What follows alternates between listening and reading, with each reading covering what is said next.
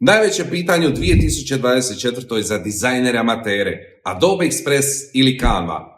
Temeljna razlika u predložcima i dizajnima. Oba alata daju mogućnost korištenja predložaka za početak vašeg dizajnerskog rada. Canva nudi preko 250.000 besplatnih predložaka i 610.000 plaćenih predložaka. Adobe nudi oko 100.000 predložaka u plaćenoj verziji. Canva daje mogućnost uključivanja članova tima. Adobe više fokusira na limitirane opcije dijeljenja. Adobe Express je dio Adobe paketa. S njim možete upravljati putem Creative Clouda. To daje malu prednost Adobeu. Putem Creative Clouda imate pristup Photoshopu i ostalim grafičkim super alatima. Oba alata možete preuzeti kao aplikacije na mobilnim uređajima. Canva je dosta jeftinija za razliku od Adobea. Razlika je u $10 mjesečno. Na kraju, kad usporedim oba alata, prednost dajem Canvi. Canva ima više featuresa, jeftinija je i puno je lakše s njom raditi nego s Adobeom.